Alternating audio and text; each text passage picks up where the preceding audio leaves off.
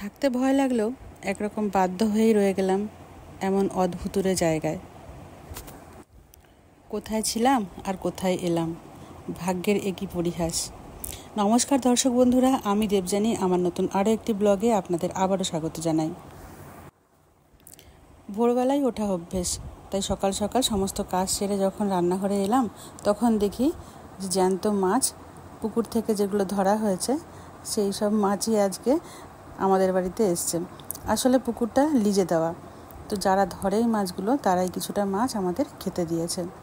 সকালবেলা ঋদ্ধির বাবা একটু বেরিয়েছিল, তাই নিয়ে আসলো পাউরুটি, আর এই পাউরুটি দিয়ে চা খেতে কিন্তু ভীষণ ভালো লাগে। তো সকালবেলায় সবাই এই পাউরুটি, চা, আর ঋদ্ধি খাবে দুধ দিয়ে পাউরুটি, সাথে তো ছোলা বাদাম এগুলো থাকেই। তো রোজকার মতোই চা নিয়ে আমরা বসে পড়েছি, আর এখানে ঋদ্ধিকেও দুধ দিয়ে দিয়েছি। এখন 6:15 মতো বাজে। তো ঋদ্ধিকে সকাল সকাল খাইয়েই কিন্তু পড়তে বসতে হবে, তো ওর খাবারটা আগেই করে দিলাম। আর এটা খেয়েই কিন্তু ঋদ্ধি পড়তে বসবে। ঋদ্ধির পড়া হলে তবে আমি রান্নাঘরে যাব। সকালবেলা অনেকগুলো কাজই কিন্তু আমি গুছিয়ে রাখি। চা খাওয়ার পরপরই বাচ্চাগুলো পড়তে চলে আসে, তো তারই চা করার ফাঁকেই অনেক সময় চাল ভিজানো বা সবজি কিছুটা কাটার থাকলে সেগুলো কাটা, ফ্রিজ থেকে ডিপ থেকে মাছ বের করা, তো এগুলোই সকালবেলা 6টার মধ্যেই আমি করে রাখি। আর তারপরে তো ঋদ্ধির ঠাকুমা মানে আমার শাশুড়ি মা, উনি তো আছেই। যেগুলো সবজি কাটতে অনেক বেশি সময় লাগবে, তো উনি আমাকে সবজি কেটে এগুলো কিন্তু হেল্প করেন, কারণ রান্নাটা আমাকে 1 ঘন্টার মধ্যেই করে ফেলতে হয়। বাচ্চাগুলোকে পড়ানোর পরেই আমি সময় পাই না যে ঋদ্ধিকে একটু বেশি সময় আদর করব বা বেশি সময় কাছে নিয়ে কথা বলবো ওর সাথে। তো পড়ানোর পরই রান্নাঘরে চলে যেতে হয়। আর এই যে চিংড়ি মাছ ছাড়িয়ে রেখেছে, আজ হবে চিংড়ি মাছের টক। হ্যাঁ, ঠিকই শুনছেন, মেদিনীপুর জেলার একটা বিখ্যাত রেসিপি, যেটা হলো তেঁতুল দিয়ে চিংড়ি মাছের টক। আর এই টকটাই কিন্তু অবশ্যই ভেন্ডি দেবো আজকে। আর এখানে হবে থোড় চচ্চড়ি, আর এখানে হবে শাক ভাজা। তো এটা ছিল লাল ঢোলা শাক বলে, সেই শাক ভাজা। তো এই রেসিপিগুলো কিন্তু আমি আগেও আমার চ্যানেলে দিয়েছি, তাই পুরো রেসিপি আপনাদের সাথে শেয়ার করতে পারলাম না। আর এই যে এখানে চিংড়ি মাছ আর ভেন্ডিটা কিছুটা সময় নেড়ে চেড়ে নিয়েছি, আর একদম কম তেলে কিন্তু এই টকটা হবে। আর অনেক সময় ধরে এই টকটা ফুটবে, তবেই কিন্তু টকের আসল স্বাদ পাওয়া যাবে। আর হ্যাঁ, একটা কথা আপনাদের বলতে ভুলে গেছি, এই থোড় রান্নার সময় অবশ্যই নুন, চিনি আর সামান্য হলুদ অনেকটা সময় ধরে ভালো করে হাতের সাহায্যে চটকে আর কি মোচড়ে কিন্তু মাখিয়ে রাখতে হবে, তবে কিন্তু থোড়টা খেতে বেশ ভালো লাগবে। আর এই টকটা অর্ধেকটা হয়েই এসছে। আর যতই ভেন্ডি পিচ্ছিল থাকুক না কেন, তেঁতুলের টকে কিন্তু একদম জব্দ হয়ে যায়। রান্না করার ফাঁকে ঋদ্ধি ছুটে আসলো ডাকতে যে মা, নতুন গাছটায় ফুল ফুটেছে। তো এই ফুলের কালার দেখে আমার মতো আপনারাও হয়তো মুগ্ধ হয়ে যাচ্ছেন। ভীষণ সুন্দর একটা কালার, সামান্য একটু ডিপ পিঙ্কের ছোঁয়া, আর পুরো পাপড়িগুলো একদম, পেটালগুলো একদম হালকা পিঙ্ক কালার। আর এখানে এটাও তাই, ভিতরটাও একদম ডিপ পার্পেল আর ওপরটা একদম হালকা। খুব সুন্দর এই গাছগুলো, এক দাদু আমাদের এই গাছগুলো দিয়েছে। আর ভীষণ সুন্দর এই কালারগুলো, বিভিন্ন কালারের হয়, জানি না এর নামটা কি। আবার চলে এলাম রান্নাঘরে। বিকেলবেলায় খাওয়া হবে কুমড়ো ফুলের বড়া, তো সেই কারণে ফুলগুলোকে বেছে পরিষ্কার করে প্লাস্টিকে রেখে দিলাম।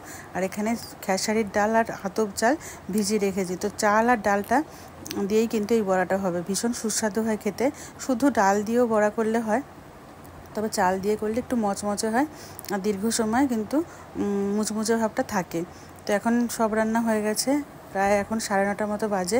আর এই যে শাকটা একটু সেদ্ধ বাকি আছে, তাই উনুনের উপর রেখে দিয়েছি। কালো জিরে আর পেঁয়াজ দিয়ে করেছি, একদম লঙ্কা ছাড়া। আর এই যে টক নামিয়ে রেখেছি, চিংড়ি মাছের টক ঠিক এরকম টাইপেরই হয়, সামান্য একটু কাঁচা তেল ছড়িয়ে দিতে হয়, সরষের তেল, তো খেতে ভীষণ ভালো হয় সেক্ষেত্রে। এরকম জ্যান্ত পুকুরের চিংড়ি সাথে ভেন্ডি দিয়ে টক, অনেক সময় কুমড়ো, পেঁপে এগুলোও কিন্তু এই টকে দেওয়া যায়। তো আমাদের বাড়িতে মাঝে মধ্যে এই টকটা আগে হতো, তবে ইদানিং টক খাওয়াটা অনেকটাই কমে গেছে বিশেষ কিছু কারণের জন্য। আর আজকে হয়েছে বলে সবারই একটু মনে আনন্দ যে অনেক দিন পর টক খাওয়া হচ্ছে। আর বেশি আমাদের মাছের ঝালটাই খাওয়া হয়। আর এই টকটা দিয়ে কিন্তু টকের সাথে খাওয়ার জন্য কিন্তু আলু ভর্তা কিন্তু মেন।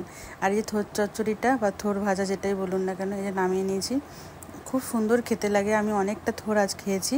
আর এই গাছের নরম থোড় একদম সঙ্গে সঙ্গে গাছ থেকে কেটে এনে রান্না করা, তো তার স্বাদ কিন্তু আলাদা। একদম ফোড়ন দিয়ে রান্না করেছি, লাস্টে একটু ভাজা মশলার গুঁড়ো দিয়েছি, তো এটাতেই কিন্তু খেতে ভীষণ সুস্বাদু হয়। তো থোড় শরীরের জন্য ভীষণ উপকারী, আর আমরা চেষ্টা করি বাড়ির শাকসবজিগুলোই বেশিরভাগ খেতে। আর এখানে যে গরম ভাত, আলু সেদ্ধ ভাতে দিয়েছিলাম, যেহেতু মাছের টক হয়েছে আলুটাকে বেশ ঝাল ঝাল করে মাখতে হবে, তো ভাত খাওয়ার সময় আলুটাকে ঝাল ঝাল করে মেখে নেব। তো সব শাক ভাজাটা আরও একটু বাকি আছে, তাই ভালো করে নাড়িয়ে চাড়িয়ে, আঁচ কম ছিল, উনুনটায় আগুন কম ছিল, তাই উনুনের উপরে রেখেছিলাম, যেটুকু বাকি ছিল হয়ে যাবে। আর অন্যদিকে ঋদ্ধির স্নান করার জন্য গরম জল বসিয়ে দিয়েছি। ঋদ্ধির এখন স্নান, ড্রেস পরা সব কমপ্লিট।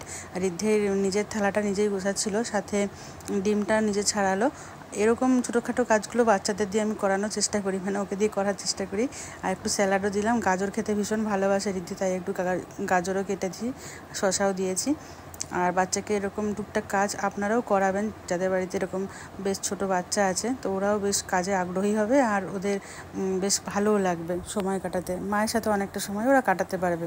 তো আমি মটরশুঁটি ছাড়ানো, পেঁয়াজের খোসা ছাড়ানো, রসুনের খোসা ছাড়ানো, এগুলোও কিন্তু ঋদ্ধিকে দিয়ে মাঝে মধ্যেই করিয়ে থাকি। এমনিতে সংসারে ওর হয়তো কাজে লাগবে আমাকে, কিন্তু তবুও ওকে দিয়ে করাই, কারণ ওর এই সময়গুলো আমার সাথে কাটাতে পারবে আর ওদেরও ভালো লাগবে। তো ঋদ্ধি এখন স্কুলে যাবে, যে আমার কাছেই পড়ে একটা ছেলে, ও সমরেশ, ওকে নিতে এসছে। আর যে এখন দুষ্টুমি করছে ওর সাথে, আর এক্ষুনি চলে যাবে, এখন 10টা বাজে। ওর মেন কথা হচ্ছে আমি গিয়ে ফার্স্ট বেঞ্চে বসবো, তাই তাড়াতাড়ি করে যাচ্ছে।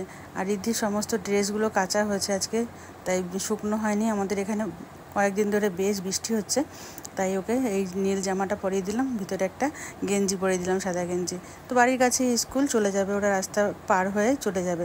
আর এখন বাগানে দেখলাম অনেকগুলো ফুল ফুটে আছে, তাই একটু ভিডিও করে নিলাম। বিভিন্ন কালারের এই পুতুলিকাগুলো দেখতে ভীষণ ভালো লাগে। জানি না এগুলো নিচে লাগালে ভালো হবে কিনা, টবেই লাগানো আছে, হয়তো নিচে লাগালে আরও বেশি সুন্দর হবে। তো এরপরে খাওয়া দাওয়া সমস্ত কিছুই কমপ্লিট। স্নান যেহেতু অনেক ভোরেই করি, তো কখনো কখনো আবার দুবার করে স্নান করে ফেলি। তো আজকেও সেই হয়েছে, দুবার করে শ্যাম্পু করার ছিল, তাই স্নান করে ফেলেছি।